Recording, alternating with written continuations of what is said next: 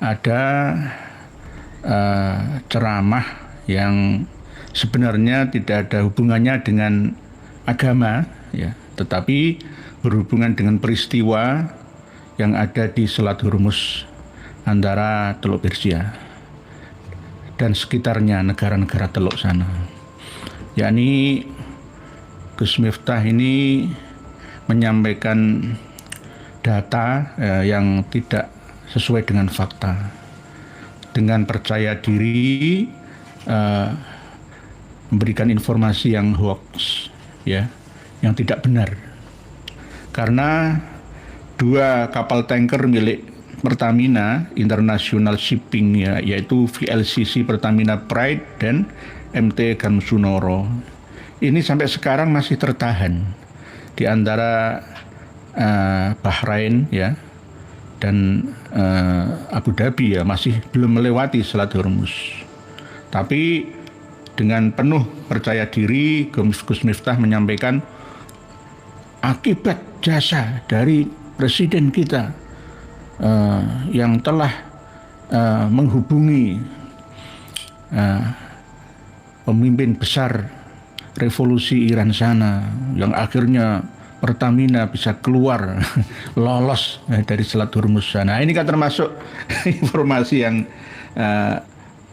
tidak sesuai lah itu. Oleh sebab itu mohon Kang Mas Gus Miftah Habibur Rahman ini klarifikasi, karena mungkin ya berita yang beliau terima itu tidak update, ya, tidak up to date, tidak terbaru lah. Tidak terbaru, dan mungkin yang ia baca atau ia dengar, ia lihat itu dari sumber yang salah. Jadi tidak ada salahnya Kang Mas Gus Miftah Habibur Rahman untuk klarifikasi masalah ini, karena ini menyangkut kredibilitas seorang penceramah. Jika seorang penceramah saja menyampaikan data tidak sesuai dengan fakta, ya mungkin akan merembet ke lainnya. Lebih baik Gus Miftah ini takziah, ziarah ke makamnya Yai Mim saja, di Blitar sana saja, karena yang mengakui kewalian dari Gus Miftah adalah Yai Mim, wali gondrong, kan. Jadi Gus Miftah ini mendapat gelar wali gondrong dari almarhum Kiai Imam Muslimin. Lebih baik datang ziarah takziah ke keluarganya, ziarah ke makamnya almarhum. Ya nggak ada beritanya, ya saya nggak berani memutuskan, juga nggak ada beritanya, itulah. Jadi Gus Miftah ini sebenarnya sudah mau sadar dari mukibinnya, tetapi karena ewuh pekewuh balas budi, balas jasa yang masih melekat padanya, termasuk diantaranya nama Habib itu loh. Habibur Rahman itu kan siapa yang ngasih? Saya tahu tapi tidak saya kasih tahu, dengan telusuri sendiri. Jadi penceramah, khotib, ya, dai, mubalik itu harus menyampaikan, ya, tidak ada yang ditutup-tutupi dari kebenaran, data sesuai dengan fakta yang ada, gitu loh. Kalau seperti ini kan namanya ngawur, gitu loh, ngawur. Ya sekarang ini netizen, ya, wah ya lebih cerdas daripada saya, daripada Gus Miftah sendiri, gitu. Nah, netizen mesti menelusuri, wong masih ada, bisa dilacak melalui satelit kok, posisinya itu ada di satelit, itu masih ada, ya. 2 kapal tanker Pertamina Pride atau Pride dan MT Gamsunoro ini masih ada di sono, belum keluar dari Selat Hormuz, karena ini kemungkinan masih ada deal-deal, ya, negosiasi, ya, dengan pihak sana. Di sini pun diwakili oleh Duta Besar Iran yang mengatakan masih ada negosiasi, karena 2 kapal tanker Iran juga pernah kita sita, 2 sama, gitu. Jadi ini imbang, gitu loh. Ya, mereka menyita, ya sementara nggak menyita sih, menghambat, ya, menunggu prosedur, ya, yang harus dilewati di sana 2, di sini pun yang berbendera Iran dulu, ya 2, cuma dilelang, gitu. Jadi ini penting, ya, saya nasihati Gus Miftah Habibur Rahman sendiri khususnya, jangan sampai ngawur, ya, karena jenengan public figure, ya. Kalau yang ngomong itu tukang mancing, ya, tukang kebun sih nggak masalah. Jenengan ngomong gitu didengar banyak orang, direkam, disebarluaskan, ya, di-share kemana-mana, akhirnya wah diguyu pitik malah jenengan nanti, diguyu jangkrik. Jadi mungkin karena faktor ya halusinasi, mungkin ya karena sangat dekatnya dengan Habib. Kadang-kadang ini penting untuk jadi peringatan kita bersama. Jangan gengsi untuk menerima nasihat dari orang yang mungkin tidak terkenal atau orang kecil ya, orang biasa ya seperti saya misalkan ya. Jangan disepelekan. Wong sekelas Gus Muafik saja telepon saya kok. Kalau saya telepon beliau karena beliau banyak kesibukan ya saya nunggu beliau pas ada waktu ya. Kemarin saya ditelepon beliau Gus Muafik itu. Lah ini Gus Miftah sendiri kan karena jam terbangnya tinggi mungkin ya, tapi jangan lewatkan peringatan saya ini, klarifikasi secepatnya. Kalau tidak, jenengan akan dianggap sebagai pembual, seorang penipu. Sudah berapa hari? Ya beberapa hari lah gitu. Sampai 1 jam yang lalu itu saya masih menelusuri bahwa kapal tanker 2 milik Pertamina masih di sana, belum sampai di sini. Ngawur itu. Okay. Sambil membaca tulisan panjenengan. Pak Israel Kampret. Assalamualaikum warahmatullahi wabarakatuh. Pak Busur Tunnel. Kiai oke nggih, sama-sama. Pak Muhammadi Ramai Rama. Sehat sejahtera selalu Kiai. Amin. Sama juga panjenengan. Jeng Kiwurel WSB itu. Wassalamualaikum warahmatullahi wabarakatuh. Nggih. Pak Nur Kasirin Ririn. Assalamualaikum. Waalaikumsalam. Sehat selalu Pak. Nggih, alhamdulillah. Dari awal lihat Gus Miftah di acara televisi saya sudah tidak tertarik. Ditambah lagi banyak video di YouTube Gus Miftah yang nyeleneh. Pokoknya hancur nggih. Ya, kalau bisa tetap saling mendukung. Kami tidak iri, dengki, enggak menjatuhkan enggak. Saya sangat sayang sama Gus Miftah. Semoga beliau taubat. Semoga beliau kembali kepada jati diri seorang mubalek, seorang kiai Nusantara. Ini kualitas ulama Indonesia seperti ini ya, termasuk saya. Mohon maaf, saya juga termasuk kualitas rendah. Ilmuwan Cina itu sudah mengembangkan teknologi canggih. Beli kopi itu diantar drone ya. Ya kan? Perkembangan otomotif bertenaga listrik BYD tulisannya itu sudah menapak di bumi Indonesia. Tahun 2025 mengalahkan penjualannya Tesla. Wah, luar biasa. Elon Musk itu. BYD atau BYD, tulisannya pokok mobil listrik BYD. BYD itu atau BYD atau BYD kalau menurut logat Mandarin ya, bahasa Inggris sebenarnya itu build your dreams. B itu build atau bangun, building itu build your dream, bangun angan-anganmu, maksudnya cita-citamu, sehingga orang-orang Cina itu bisa merangkai surga yang tercecer di mana-mana akibat dari mimpi-mimpi imajinasi manusia sejak lama. Your dreams. Saya kira dulu itu Bion ya, ternyata enggak ya. Dulu kan ada HP Bion ya, Bion itu ya. Ternyata enggak. BYD itu ya build your dreams, atau BYD itu kalau logat Inggris, BYD, atau kalau logat Mandarin BYD. Ngalahkan Tesla. Lah ulama Indonesia kualitasnya seperti saya. Bisa apa itu loh? Kualitasnya seperti saya. Naudzubillah, summa naudzubillah. Di Shenzhen dulu BYD itu dicemooh sekelas Elon Musk itu cemooh.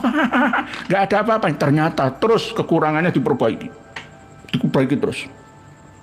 Lah lulusan perguruan tinggi saya itu ya kerja di sana. Pekerjaannya 1 juta lebih. Ya, setiap hari memproduksi ribuan mobil melalui robot semua. BYD itu. Jadi yang dulu diramal oleh kiai-kiai kita ya, ulama-ulama klasik kita dulu mengatakan surga itu ingin apa datang sendiri, itu langsung yang nganter bukan manusia. Kalau di restoran kan robot ya, kalau di alam terbuka yang nganter itu drone. Mau beli mie ayam drone. Mobil listrik BYD itu selama 30 menit bisa berada di atas air, tidak mati mesinnya. Dan satu kali ngecas baterai ya 5 menit saja itu bisa buat jalan 400 meter. Ayo. Iya. Casannya cepat. Kalau HP casannya cepat terus tahan lama itu berarti HP mahalan gitu ya. Ini sudah ada di Indonesia, sudah menapak di kota Surabaya, Jakarta, Bandung, Yogyakarta, Semarang, Medan, sudah ada di mana-mana sekarang. Lah, bahannya dari mana? Kemungkinan ya ini tidak dipungkiri ya. Bahan baterainya ya dari Morowali, dari tempat kita. Ya nikel itu ya ini kemungkinan tapi tidak diakui, orang gengsi kan ya. Dari kita.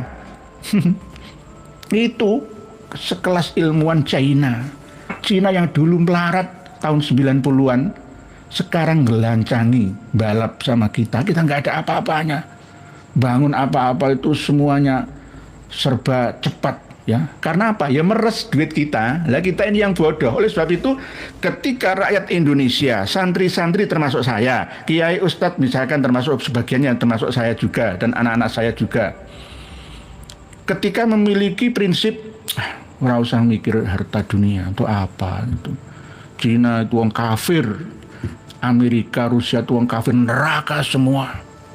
Kita kan punya rasa bahagia, ya kan. Yang penting kita punya Allah Ta'ala, iman, Islam, ihsan, kita pegang bersama. Iya, tapi kadal fakru ayyakuna kufran.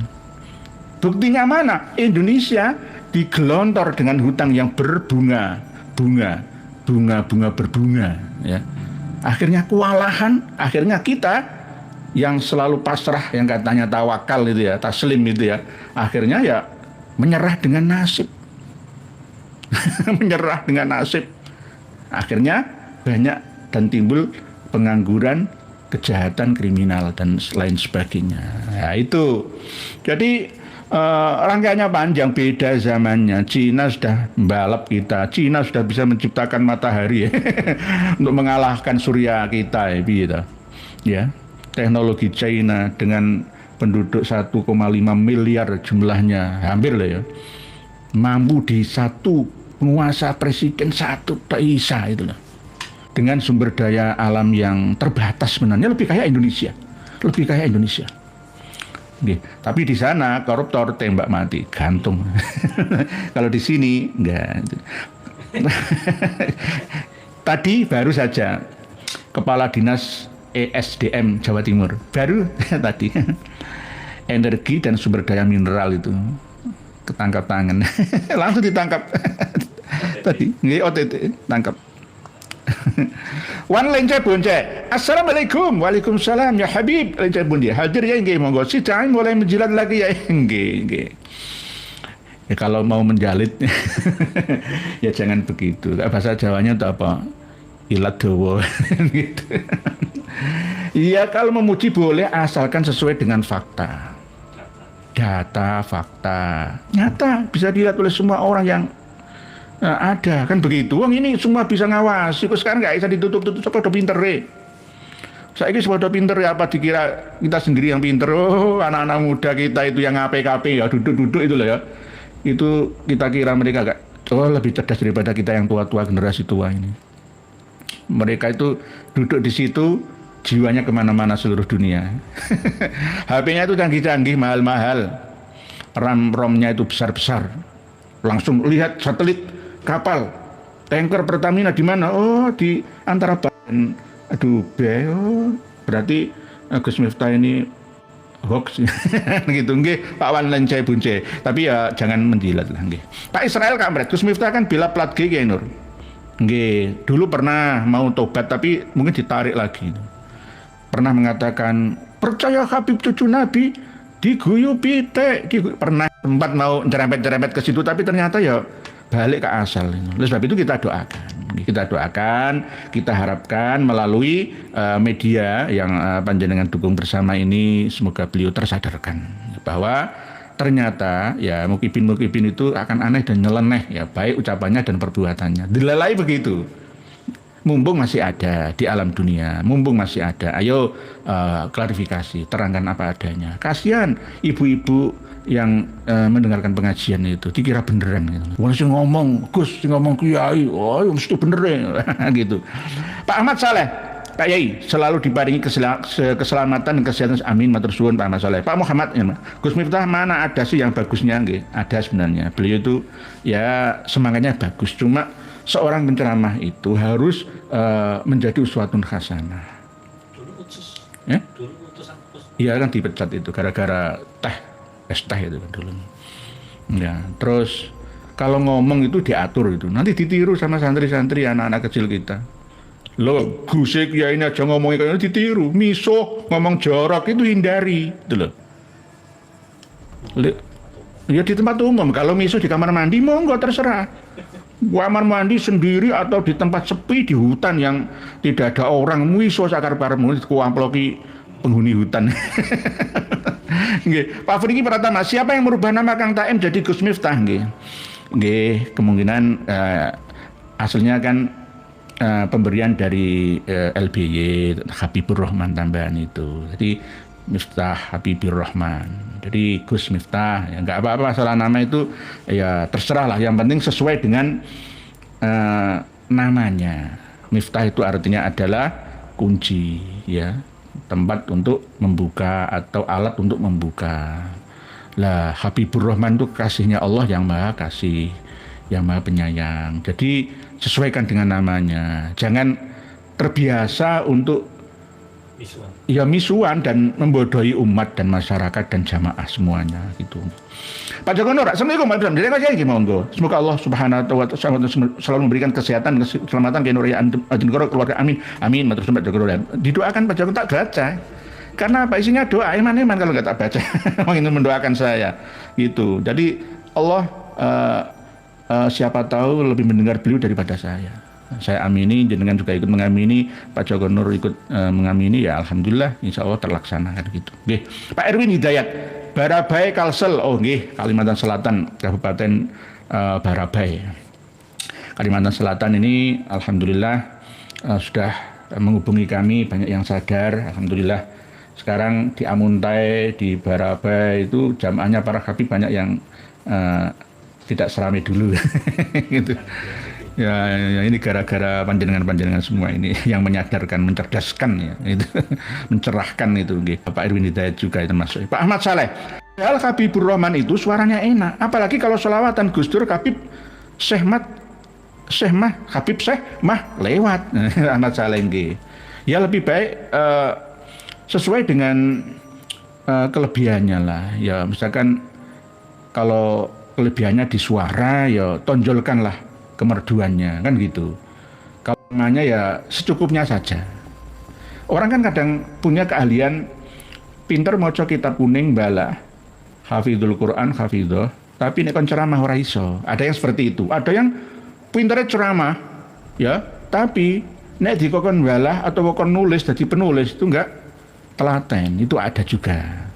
Ada yang all round, ada yang ahli kitab ya, ya ahli Quran, ya ahli hadis, ya ahli khitobah, ya ceramah juga bisa, ada yang seperti itu.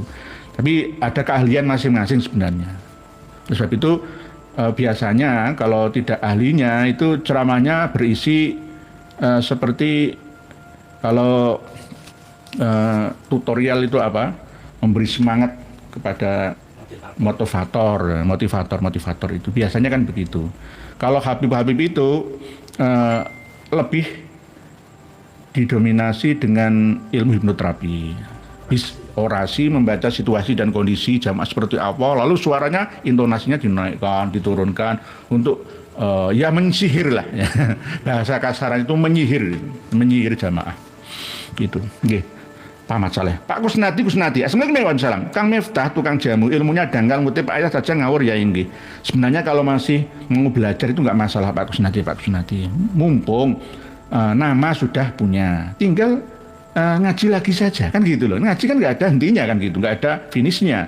Mumpung masih punya nama, hati-hati dan waspada jangan sampai menyampaikan tidak sesuai dengan fakta, gitu loh. Berbahaya, nanti bisa menyesatkan umat. Ya sama seperti ceramahnya KBAib yang ada kan gitu. Rukun Islam 6, rukun iman 7, ya gitu akhirnya. Makruh itu begini begitu misalkan. Akhirnya salah kaprah, sesat, menyesatkan ummah itu. Pak Jeng Kuiril, aduh kena kira. Mboten, tidak semua sama-sama. Jadi sampaikan walaupun itu pahit didengar. Tapi saya tidak memiliki rasa iri dengki tersaingi, enggak ada. Hanya sayang, sangat disayangkan. Beliau menyampaikan secara keyakinan bahwa itu benar sesuai dengan kenyataan, padahal enggak. Iya, kalau yang dengar itu orang bodoh-bodoh, orang-orang yang enggak melek informasi teknologi, ya percaya begitu saja gitu. Itu nggih Pak Walence Bunjai, build your dreams nggih, BYD nggih Pak Walence Bunjai. Di Malaysia sudah ada Pak Habib Lence Bunjai. Nggih, sudah ada, sudah merayap, sudah menjadi dabah. Jadi China itu sebegitu hebatnya dulu. Lah kita ini ulama yang ngapusi umatnya lebih kita. Nggih. Sangat disayangkan. Ada lagi ulama-ulama kita ya termasuk saya ini masih terbelakang. Orang-orang China yang mayoritas tidak beragama Islam yang menciptakan teknologi itu. Buat jembatan itu cepat. Bangun jembatan itu cukup 3 hari. Kalau kita 3 tahun. Karena apa? Sudah dirancang sebelumnya, sudah digambar, sudah ada petanya, sudah knockdown, langsung tinggal masang, sudah dipelajari betul. Oleh sebab itu kadang-kadang orang-orang China yang ada di Indonesia itu mengatakan ke pribumi asli Indonesia itu ya ras rendahan kadang-kadang. Maaf. Karena apa? Kita sendiri tidak mampu dan mau membuktikan kelebihan gitu, yang akhirnya mereka meremehkan itu. Mohon maaf. Mereka kadang-kadang mengaku sebagai ras super, sama dengan orang Ba'alawi, orang Hadrami mengaku ras super. Ras kami super, sama dengan Hitler, sama dengan Joseph Stalin, sama dengan orang-orang yang rasis dan fasis itu. Oleh sebab itu jangan seperti itu. Jadi China itu sekarang bisa menyaingi dan bahkan nanti bisa membalap Amerika. Gitu. Lah kita ini hanya jadi penonton saja. Kemarin di Lombok itu ada drone laut ya, ditemukan oleh nelayan kita ya. Berarti teritorial ya kita, termasuk lautan kita ini sudah dimasuki oleh mereka. Sudah dipetakan dengan satelit dan kamera. Kita bisa apa? Seandainya nanti ada perang antara Amerika dan China di wilayah udara Indonesia, kita bisa apa? Hanya bisa protes saja. Kita nggak punya nilai tawar ya yang cukup ya nyata di hadapan mereka itu. Senjata kita seperti apa? Kuno, senjata kita itu masih kuno. Mohon maaf, saya nggak menyepelekan.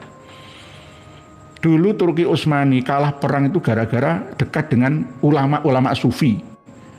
Lah ulama-ulama sufi itu nasihatnya kepada raja dan para tentaranya itu, qanaah saja, nerima, nggak usah mengimbangi teknologi Jerman, Inggris, Perancis, Italia, nggak perlu, pasti menang. Ternyata kalah. Turki Utsmani gabung dengan negara yang salah, ya akhirnya ikut kalah, wilayah bubrah. Makkah Madinah dikuasai ya Inggris. Bahaya, jangan sepele, buli rayu. Dari awal gak respect sama Pak Miftah, ceramah misuh-misuh nyangkem-nyangkem nih wong, dan meremehkan orang tua yang kadang kopiah dimiringkan dan disuruh duduk di sampingnya sambil buat bercandaan diketawain. Kadang-kadang malah kepala istrinya itu dijeguk-jeguk itu, kan nggak mendidik lah itu. Guyon ya guyon, tapi jangan berlebihan, buli rayu. Nggih. Kalau saya ini ceramah itu guyonnya nggak bisa los itu. Karena apa? Saya takut suul adab itu loh. Jadi guyon-guyon yang mendidik lah kalau bisa, karena di publik gitu loh, lihat banyak orang yang mestinya ditiru. Wong kiainya aja kayak gitu kok, ya kita ini ya malah lebih dari itu, kan begitu nanti dalilnya. Nggih beli rayu, jangan begitu, jangan misuh, jangan guyon-guyon merendahkan harkat dan martabat manusia gitu. Nggih. Busur channel, Kiai, apakah akidah Syiah Rafidhah Iran masih sama dengan akidah Ahlussunnah? Apa benar taqiyah itu diwajibkan dalam ajaran mereka? Kemarin sudah kami sampaikan bahwa Syiah itu juga terpecah-pecah. Ada Syiah yang Mu'tazilah, ada Syiah yang Itsna Asy'ariyah, ada yang Syiah Bahaiyah, ya, ada yang ya gulat-gulat itu yang berlebihan ya. Jadi ada Syiah yang separuh-paruh Sunnah. Gitu. Jadi tidak semuanya Syiah itu Rafidhah. Tapi kalau benar-benar Syiah itu Rafidhah, ancamannya jelas harus diperangi. Rasulullah sendiri yang menyampaikan di dalam kitab Kanzul Ummal itu, di dalam bab Al-Fitan, di bab Al-Khawarij dan Syiah. Kalau Syiahnya Ali ini fil jannah. Tapi kalau Syiah yang berlebihan memuja dan menyanjung Sayyidina Ali ini termasuk min jumlatil musyrikin dan wajib diperangi, bukan dibunuh, diperangi, disadarkan. Jadi Pak Busur Channel begitu. Akidah Syiah Rafidhah ya, Iran itu campuran sebenarnya. Tidak hanya Iran ya, Irak juga, malah justru kota spiritualnya ya di Irak, di Karbala kan Irak ya. Kalau kota pendidikan ilmu pengetahuannya di Mashhad ya di Iran, di Teheran. Kita memang sulit memilah antara dzurriyyah Rasulullah yang berada di Iran yang berjubah hitam-hitam itu ya, dengan dzurriyyah Rasulullah yang ada di luar Iran. Kalau di Iran, di Irak, di Lebanon, ya jubah-jubah Sayyid itu bisa dilihat ya ciri-cirinya. Karena memang mereka memiliki kitab catatan Nakobatul Ashraf mereka sendiri dan tercatat terus. Bahkan kalau misalkan ada pihak Mukibin atau Habib sendiri yang memprotes kita, wah itu kitabnya Syiah yang banyak punya kitab catatan nasab dzurriyyah Rasulullah itu orang-orang Syiah. Tapi Syiahnya tidak Rafidhah, tidak semua Rafidhah, tapi ada yang Syiah Mu'tazilah antara ma baina Syiah Ali was sunnah al-sunnah wal jamaah. Gitu. Jadi akidahnya kalau para pengikut Syiah itu Rafidhah bisa diketahui tanda-tandanya. Apa tanda-tandanya? Yaitu misui sahabah, sabus sahabah, dan sabul Aisyah. Misui Sayyidah Aisyah radhiyallahu anha. Tidak setuju dengan khalifah. Kalau Syiah yang mejono tengah-tengah ya mengakui Sayyidina Ali lah sebagai khalifah yang sah. Tapi tetap ketika sahabat Abu Bakar, Umar, Utsman menjadi khalifah, mereka diam, sukut, ya tidak mendukung total. Itu ciri-cirinya seperti itu. Tapi tidak misui sahabat, tidak misui ahlul bait Nabi, tidak. Itu namanya Syiah yang tidak Rafidhah. Kalau Syiah Rafidhah itu biasanya taqiyah. Karena kemarin yang saya sampaikan kitab yang kita kaji 2 pekan yang lalu itu ngaku sebagai pengikut mazhab Syafi'i Ahlus Sunnah wal Jamaah, itu taqiyah saja. Jadi habaib-habaib yang ada di Indonesia, bahkan di Yaman dan sekitarnya itu bertaqiyah. Padahal aslinya mereka itu Syiah Rafidhah. Siapa yang mengatakan? Ya seorang imam dan khatib di Masjid Jami' di Syikhr, Yaman sana. Nggih. Berikutnya Pak Ahmad Ghufrani, bismillah ngaji alhamdulillah nggih. Pak Walin punya BYD niru game GTA mobil di atas air nggih. Pak Habib Lencai Bonce nggih. Game-gamean dulu ya.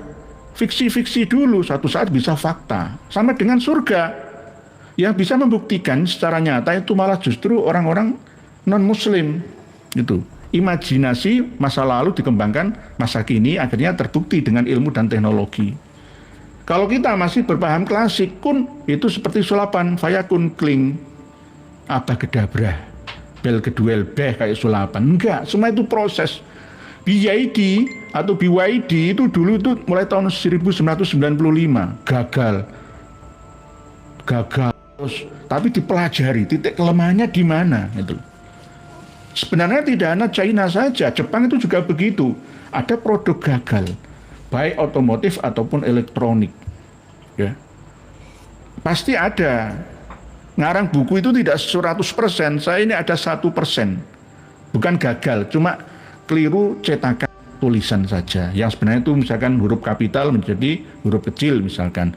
Kadang komanya kurang misalkan. Lah, tanda bacanya ada yang perlu disempurnakan misalkan. Nah, satu kali langsung 100% itu nggak mungkin. Pasti tetap sama seperti BID ini. Dulu itu 95, baru kemarin 2020 mulai menanjak.